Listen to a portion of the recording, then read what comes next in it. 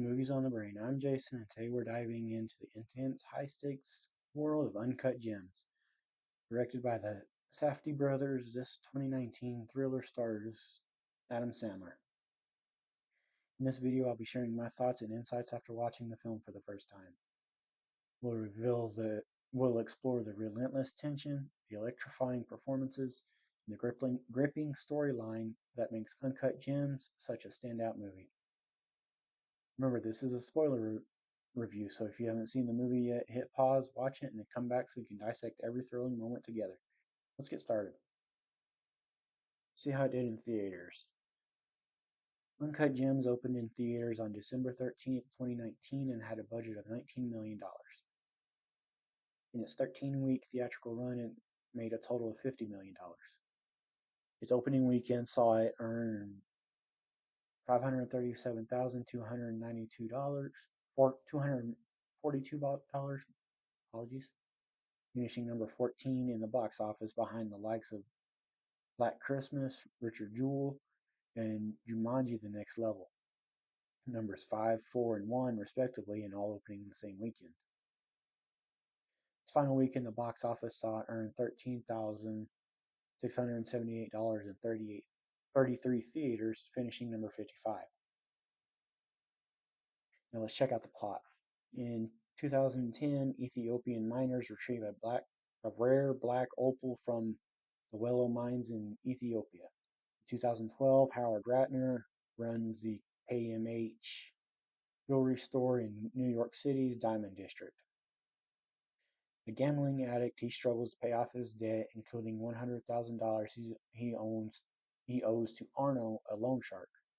Howard's domestic life is split between his children and wife Dina, who has agreed to divorce him after Passover, and his girlfriend Julia, a KMH employee. Howard's business associate Damani brings basketball star Kevin Garnett to KMH. The opal, which Howard has had smuggled in, arrives. Garnett becomes enamored by it, insisting on holding on to it for good luck at his game that night. Howard reluctantly agrees, taking Garnett's 2008 NBA championship ring as collateral. Harold quickly pawns the ring, placing a six-way parlay with his bookie on Garnett playing extremely well, which he does.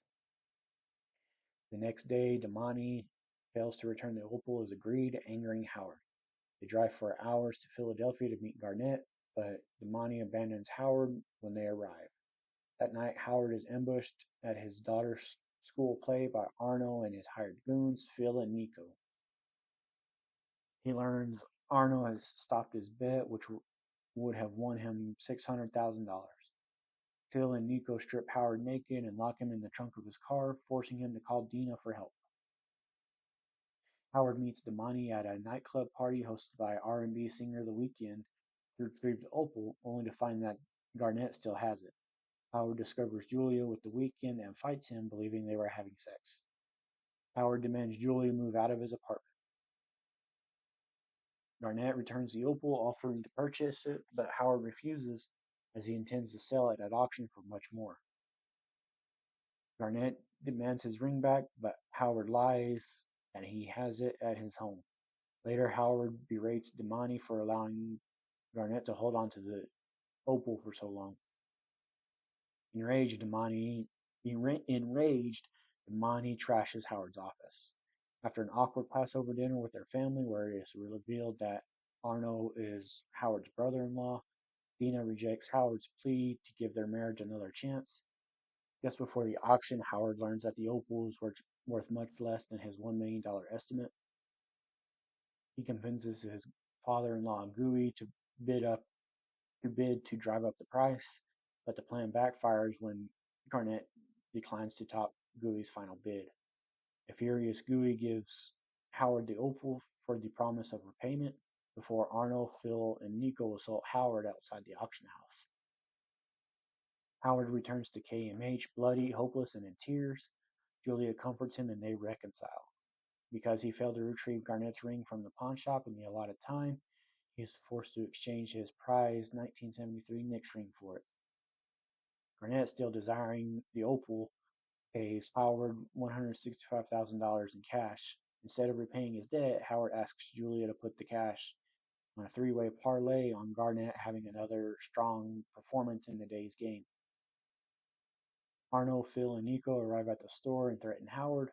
Julia departs with the cash via helicopter to the Mohegan Sun Casino to place the bet. Refusing to call off the bet, Howard traps the men in between the store's security doors. He watches the game on television, which the Celtics win, earning Howard $1.2 million. Ecstatic, he frees Arno and his men, but an enraged Phil shoots Howard in the face, killing him instantly. Arno protests before attempting to escape, leading Phil to shoot him dead as well. Julia leaves the casino with Howard's winnings, and Phil and Nico loot the store while Dina calls the police, suspecting something is amiss. Now let's look at the cast and some of the other roles they've had. Adam Sandler as Howard Ratner. Other roles for Adam Sandler include Nikki Spitz in Murder Mystery 1 and 2, Danny Friedman in You Are So Not Invited to My Bat Mitzvah, and Jacob Prochaska in The Spaceman. Lakeith Stanfield as Damani. Other roles for Lakeith Stanfield include Snoop Dogg in Straight Outta Compton, Darius Epps in the TV show Atlanta, and Cherokee Bill in The Harder They Fall.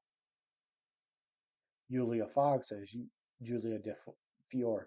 Other roles for Julia Fox include Scarlett in PVT Chat, Vanessa Capelli in No Sudden Move, and as of getting the script for this review ready, she has a role in a movie called Night Always Comes that is currently filming.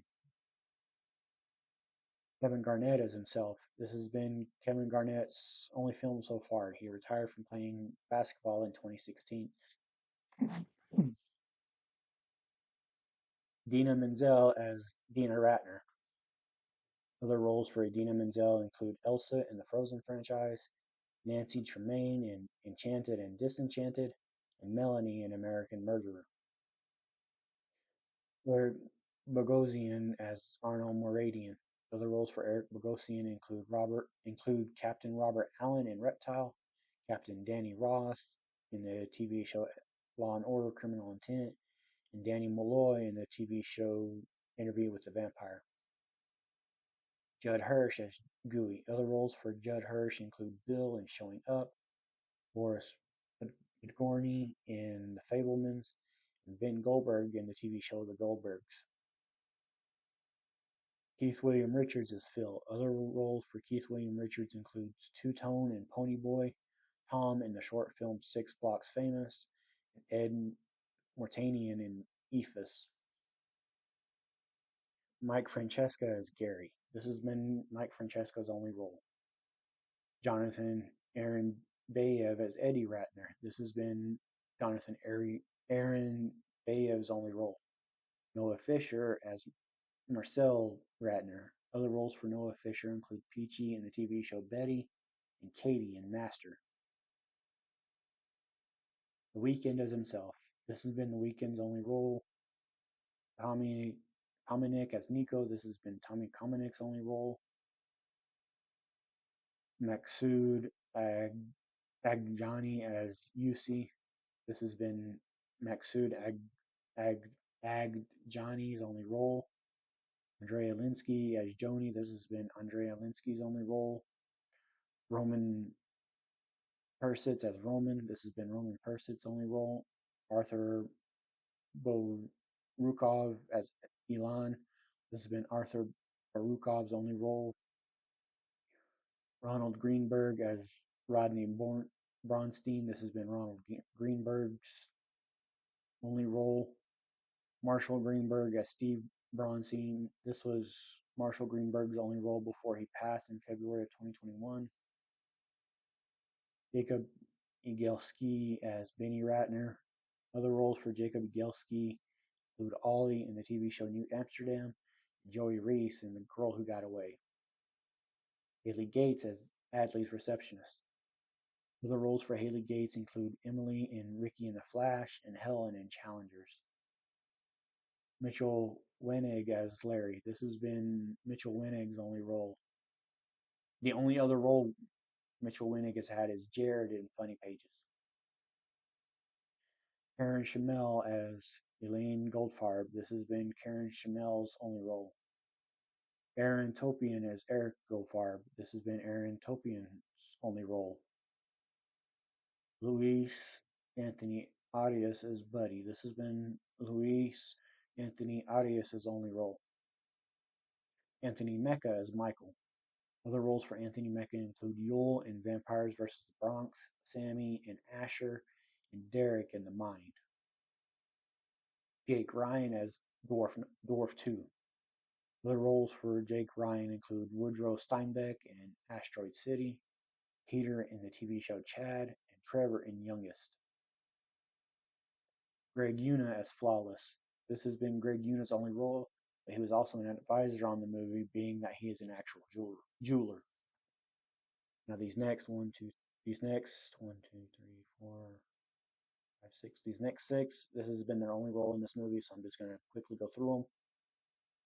Benji Kleiner as Aaron, Josh Ostrovsky as Noah, Alexander Gilks as Adley's auctioneer, Jennifer Sachs as Kevin Garnett's manager, Wayne Diamond as the high roller, and Ara Daglian as the gambler in Sportsbook.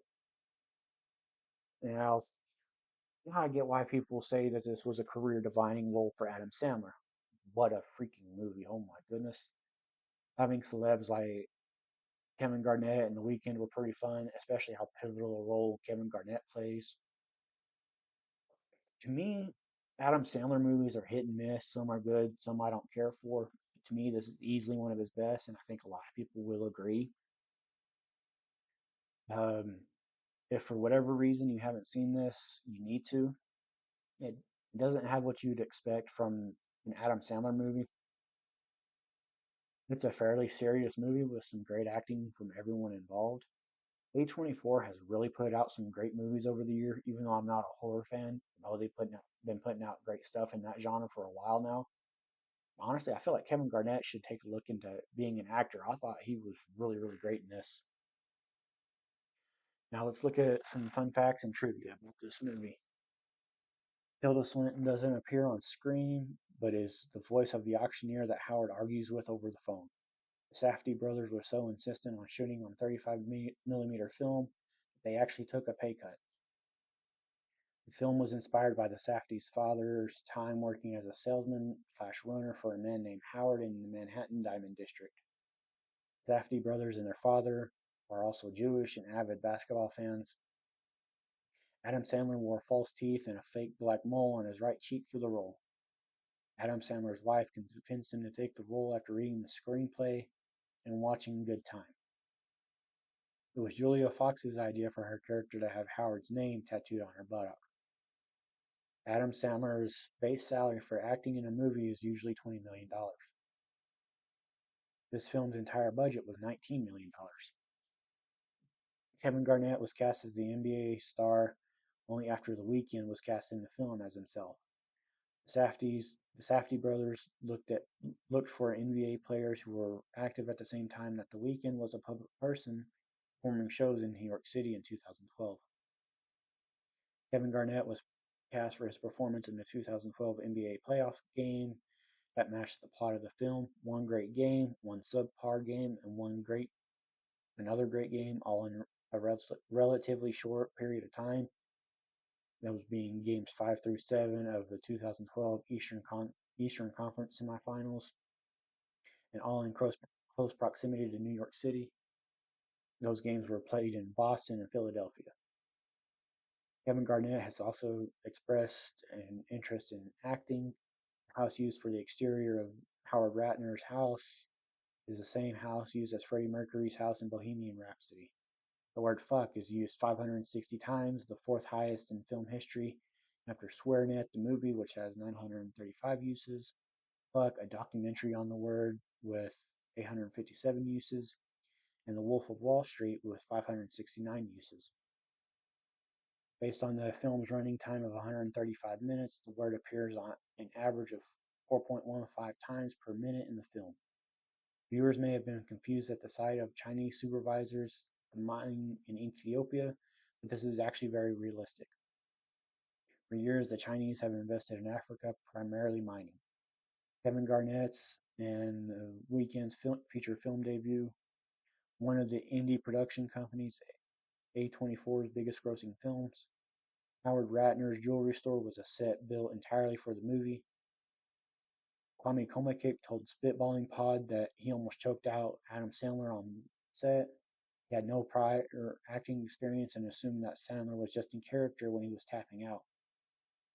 Although the role was not written with him in mind, specifically, Kevin Garnett's casting as the NBA player was serendipitous as a surname is a homophone for a gemstone, that being a garnet.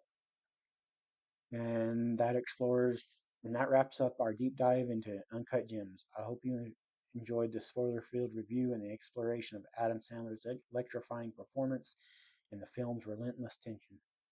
If you have any thoughts, favorite moments, or theories about the movie, drop them in the comments below. I love hearing your insights.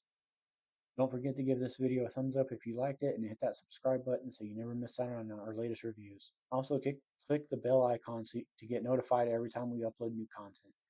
Thanks for watching Movies on the Brain. I'm Jason, and I'll see you in the next review. Stay curious, movie lovers.